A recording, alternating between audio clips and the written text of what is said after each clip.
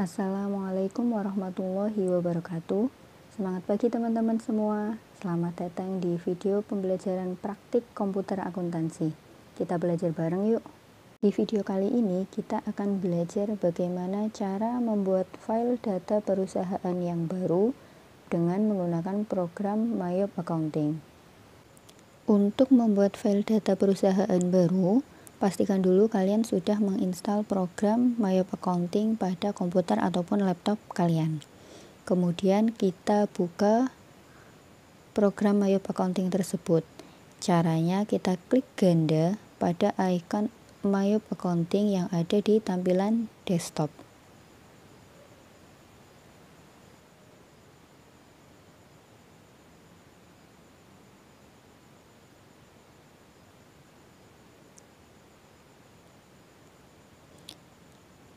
Berikutnya akan muncul jendela Welcome to Mayop Accounting.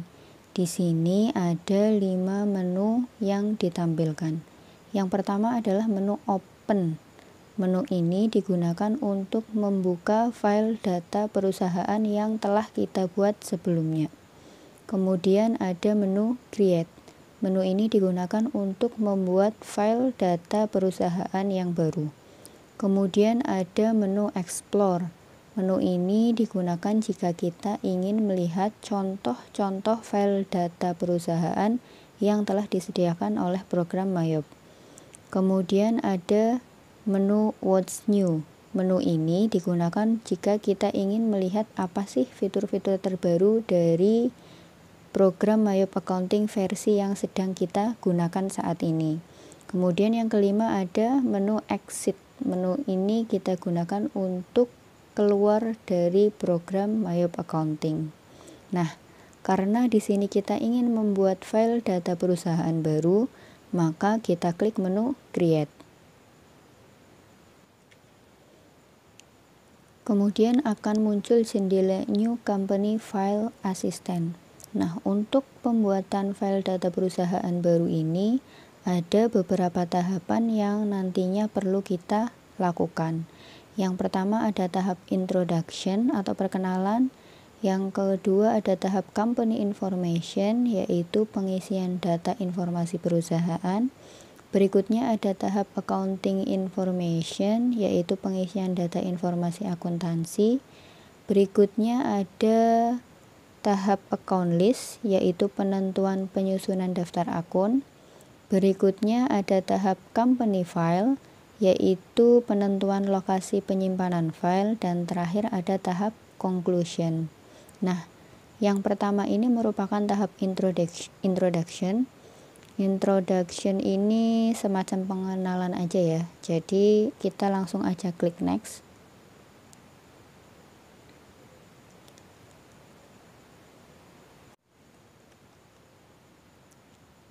Nah, pada tahapan company information ada beberapa data yang perlu kita isikan.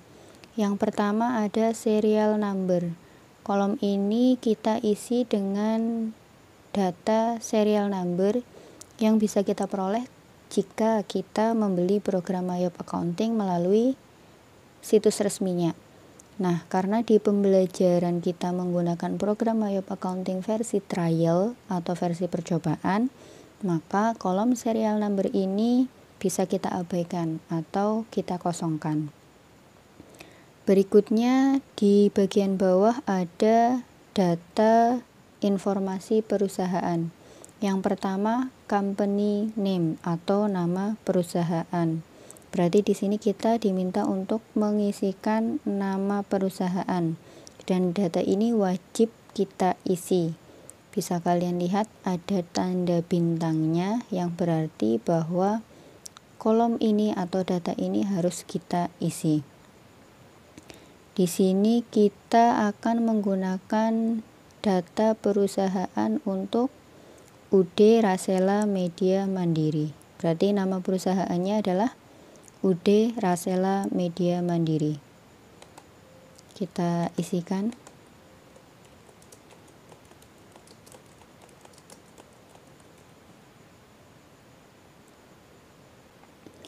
Berikutnya ada ABN atau kepanjangannya adalah Australian Business Number. Kembali lagi, karena program Mayop Accounting ini buatan dari Australia, maka istilah yang digunakan juga istilah yang ada di Australia. Australian Business Number ini kalau di Indonesia semacam tanda daftar perusahaannya. Jadi di kolom ini kita bisa mengisinya dengan nomor tanda daftar perusahaan. Ya, di contoh perusahaan ini tidak disediakan nomor TDP-nya, maka bisa kita kosongkan. Kemudian berikutnya ada kolom address. Kolom address ini kita isikan dengan data alamat perusahaan.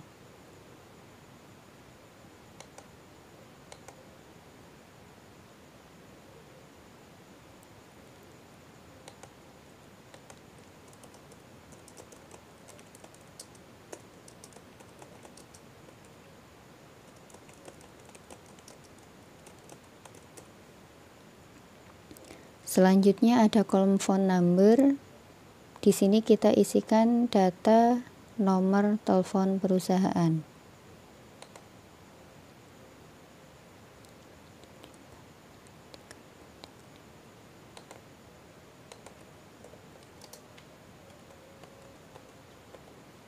Berikutnya kolom fax number kita isi dengan data nomor fax perusahaan. Ya, nomornya sama dengan nomor telepon.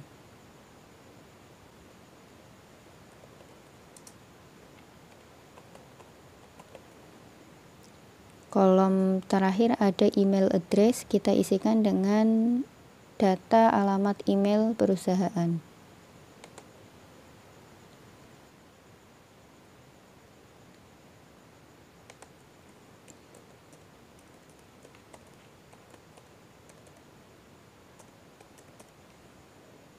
Jika semua data sudah diisi, berikutnya kita klik next. Tahapan berikutnya ada tahapan accounting information. Di sini kita diminta untuk mengisikan data informasi akuntansi perusahaan. Ada 4 data yang kita perlukan. Yang pertama ada current financial year. Di sini kita diminta untuk mengisi tahun periode akuntansi yang sedang berlangsung atau sedang berjalan. Nah, dari contoh kasusnya, tahun periode akuntansi berjalannya adalah 2013. Maka kita isikan 2013. Berikutnya ada kolom last month of financial year. Jadi di sini kita diminta untuk mengisi bulan terakhir dari satu periode akuntansi. Ya, bulan akhir tahunnya adalah Desember.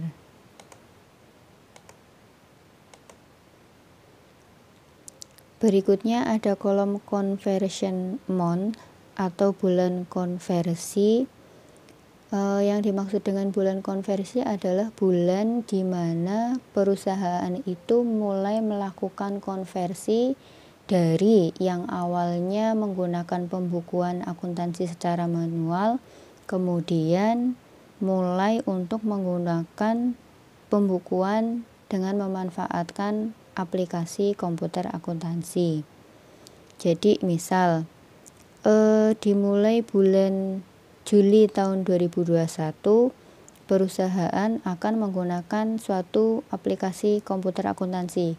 Maka conversion month-nya adalah kita pilih bulan Juli. Gambarannya seperti itu. Untuk pengisian data ini kita lihat di contoh kasusnya. Nah, di sini disebutkan conversion month-nya adalah Januari. Maka kita pilih Januari. Yang terakhir ada data number of accounting periods, yaitu berapa jumlah bulan dalam satu periode akuntansi. Ya, di kasusnya counting periodnya adalah 12. Maka kita pilih 12. Berikutnya kita klik next. Tahapan berikutnya masih di tahapan accounting information.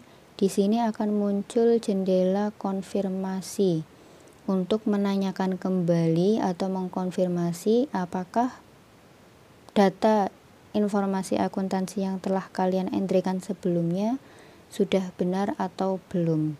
Silahkan kalian bisa melakukan pengecekan kembali mengenai periode akuntansi berjalannya, kemudian juga mengenai bulan konversinya.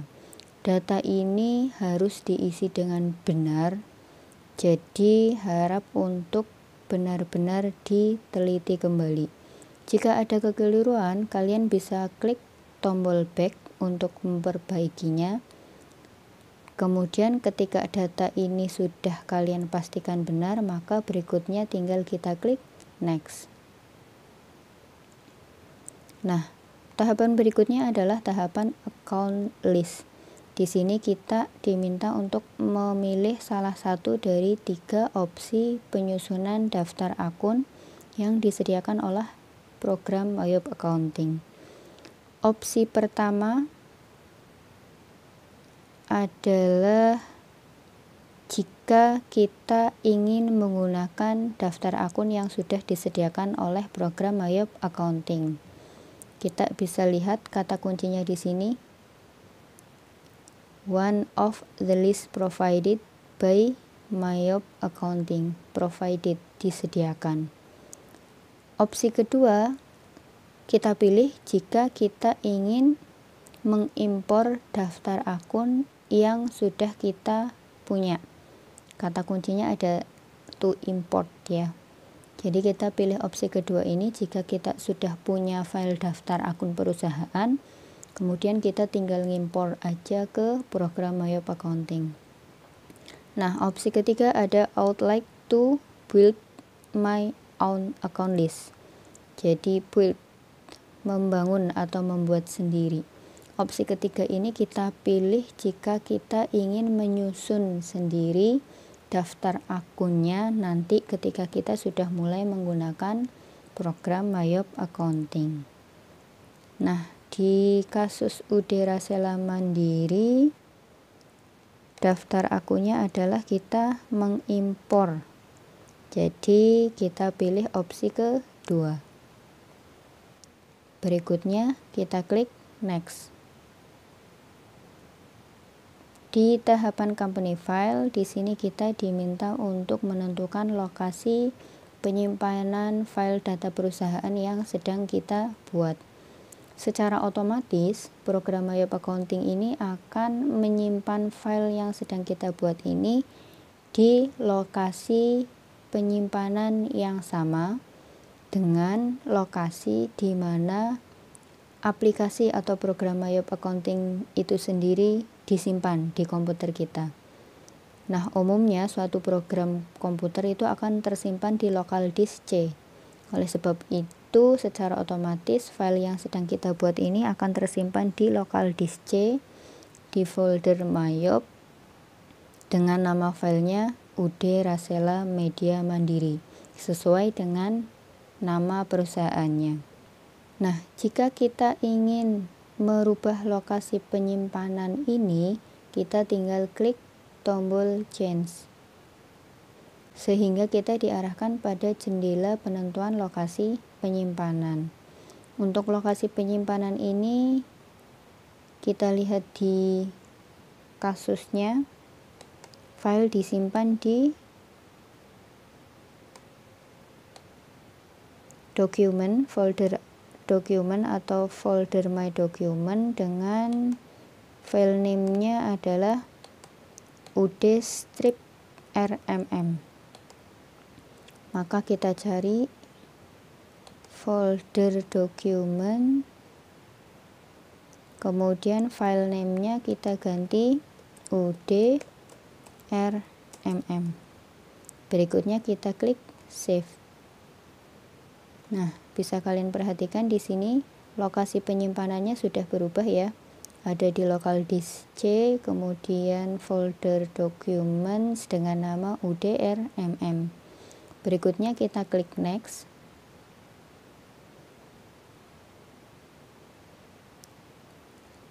Dan kita sudah sampai di tahapan terakhir, yaitu tahapan conclusion. Nah, di sini klik aja tombol command center, sehingga tampilan akan diarahkan pada jendela atau tampilan command center. Nah, sampai tahap ini berarti kita sudah selesai melakukan pembuatan file data perusahaan baru untuk UD Rasela Media Mandiri. Berikutnya, untuk memastikan kembali apakah file data perusahaan baru yang telah kita buat itu sudah benar atau belum, kita perlu melakukan pengecekan informasi perusahaan yang telah kita buat sebelumnya. Caranya, kita klik menu setup, kemudian klik company information. Nah, di sini akan muncul jendela company information yang mana di dalamnya ada data informasi perusahaan. Ini di bagian atas. Kemudian di bagian bawah ada data informasi akuntansinya. Di sini kita cek kembali datanya apakah sudah benar atau belum sesuai dengan kasusnya atau sesuai dengan soalnya gitu. Untuk data informasi perusahaan, data identitasnya seperti nama perusahaan, alamat dan sebagainya, itu masih bisa kita edit jika ternyata ada kesalahan. Tinggal kita klik aja di masing-masing kolomnya untuk mengedit data tersebut. Akan tetapi, untuk data informasi akuntansinya ini sudah tidak bisa kita edit.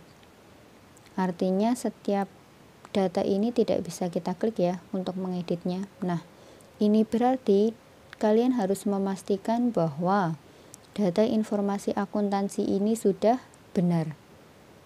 Ketika data ini sudah benar, oke, berarti selesai. Kita bisa klik oke. Tapi ketika ternyata data informasi akuntansi ini ada kesalahan atau ada kekeliruan, berarti file data perusahaan yang kita buat itu salah. Oleh sebab itu kita harus mengulang lagi pembuatannya dari awal sampai benar-benar baik data identitas perusahaan ataupun data informasi akuntansinya sudah benar. Ya. Untuk menutup jendela ini kita klik oke.